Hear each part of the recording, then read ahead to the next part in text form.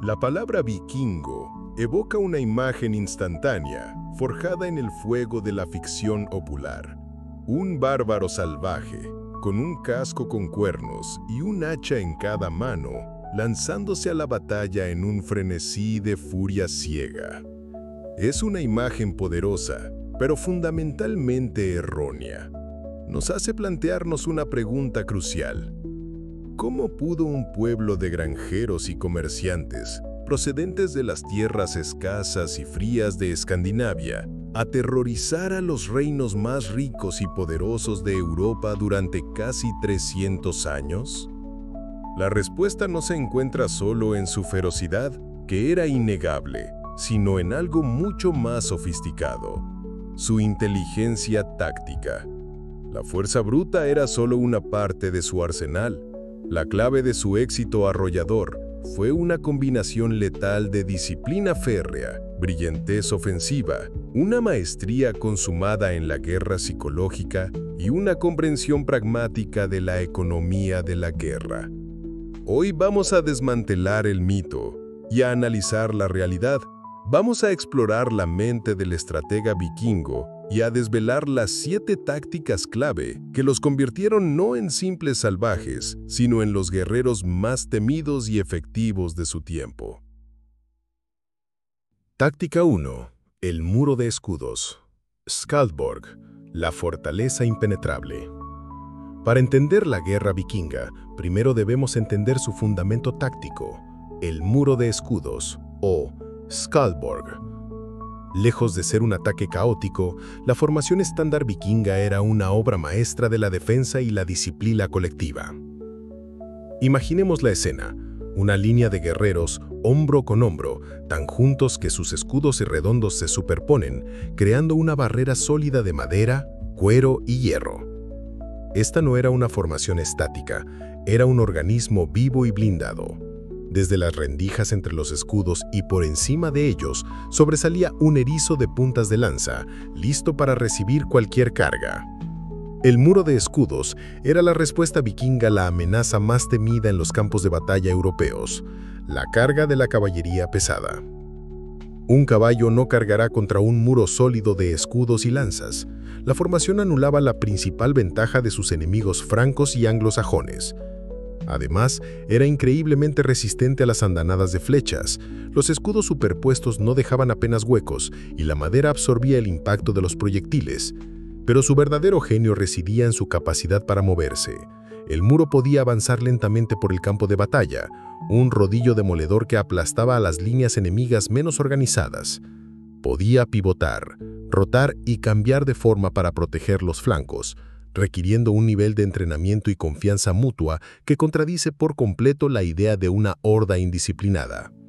Convertía a un grupo de individuos en una sola unidad acorazada, una fortaleza andante que dictaba los términos del combate. Táctica 2. La carga del jabalí, o Svinfulking, la lanza que rompía líneas. Si el muro de escudos era su principal táctica defensiva, la carga del jabalí, o Svinfulking, era su ariete ofensivo. Esta formación era la solución vikinga al problema fundamental de la guerra de infantería: ¿cómo romper un muro de escudos enemigo? La respuesta era la concentración de fuerza. La formación adoptaba la forma de una cuña, o un triángulo afilado. En la punta de esta cuña se situaban los 2 o 3 guerreros más fuertes, valientes y mejor armados del ejército. Detrás de ellos, las filas se ensanchaban progresivamente, creando una masa compacta de hombres empujando hacia adelante. El objetivo no era enfrentarse a toda la línea enemiga a la vez, sino concentrar toda la energía y el peso de la carga en un único y diminuto punto de la defensa contraria. El impacto era devastador. La punta de la cuña golpeaba el muro de escudos enemigo con una fuerza inmensa, buscando abrir una brecha, por pequeña que fuera. Una vez que el primer escudo enemigo cedía, la formación del jabalí se abría paso, rompiendo la cohesión de la línea defensiva. La integridad de un muro de escudos depende de que cada hombre mantenga su posición. En el momento en que se creaba una brecha, el resto del ejército vikingo, que esperaba detrás, se lanzaba a través de ella, explotando el caos y envolviendo a los defensores para un combate cuerpo a cuerpo, donde su ferocidad individual podía brillar. El Sveinfulking era una táctica de alto riesgo y alta recompensa, una lanza humana diseñada no para chocar, sino para perforar. Táctica 3. La furia del Berserker, el arma psicológica. Ninguna figura está más asociada al vikingo que el Berserker, el guerrero que entraba en un trance de furia animal. A menudo se les representa como locos incontrolables, pero su función en el campo de batalla era mucho más táctica. Eran, en esencia, tropas de choque de élite y un arma psicológica devastadora. El término Berserker probablemente significa camisa de oso y describe su apariencia. Se vestían con pieles de animales salvajes como osos o lobos, estos últimos conocidos como Olfednar, renunciando a menudo a la armadura. Antes de la batalla, entraban en un estado de éxtasis furioso, mordiendo sus escudos, aullando como bestias y pareciendo inmunes al dolor.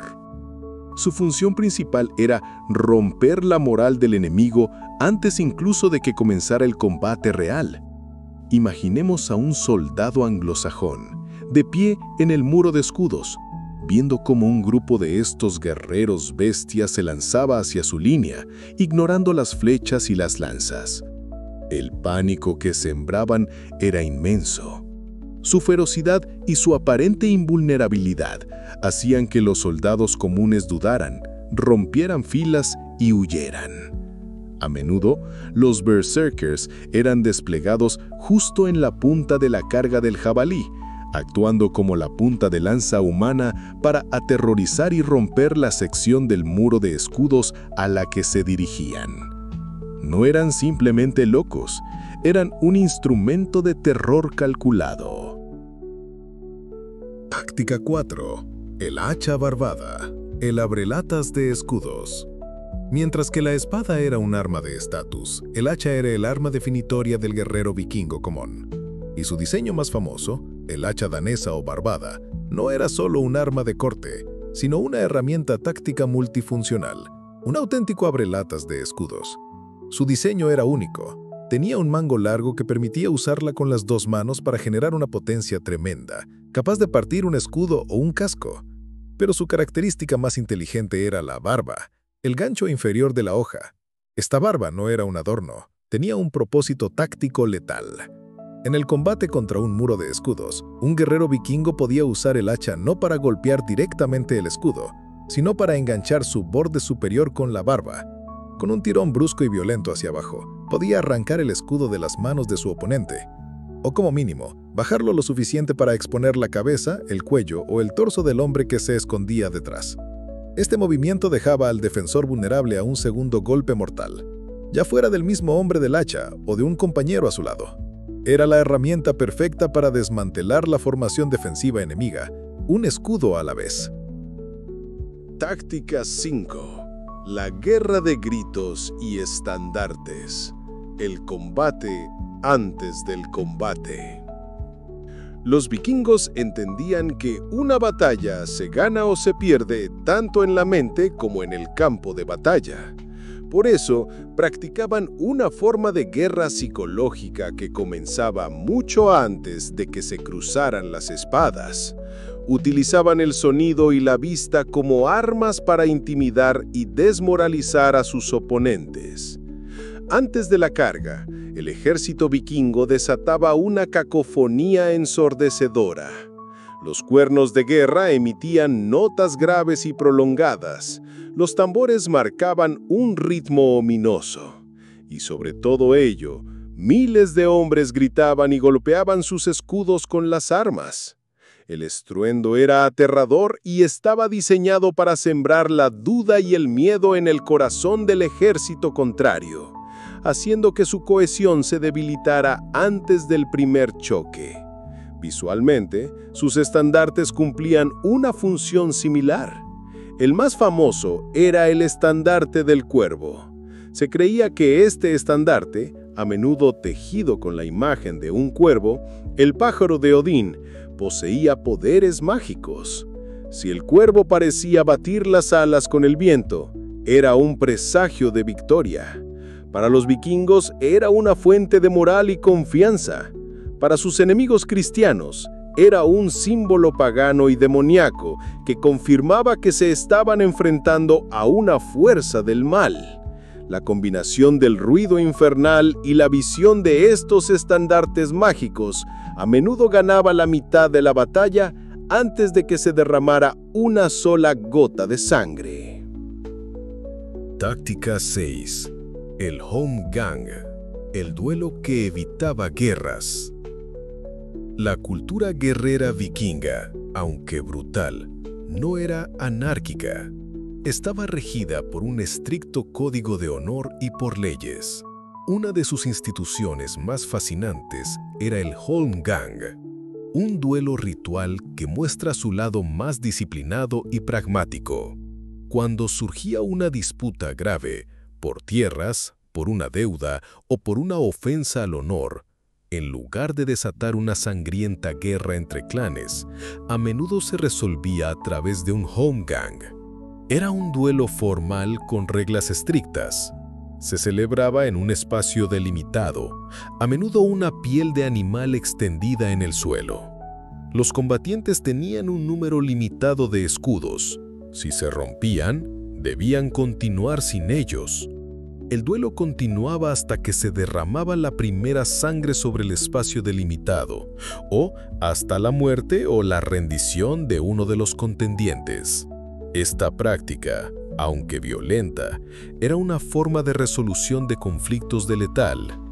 Demuestra que los vikingos no eran adictos a la violencia sin sentido. Entendían el coste de la guerra a gran escala y a menudo preferían que el resultado de una disputa fuera decidido por la habilidad y el valor de dos campeones.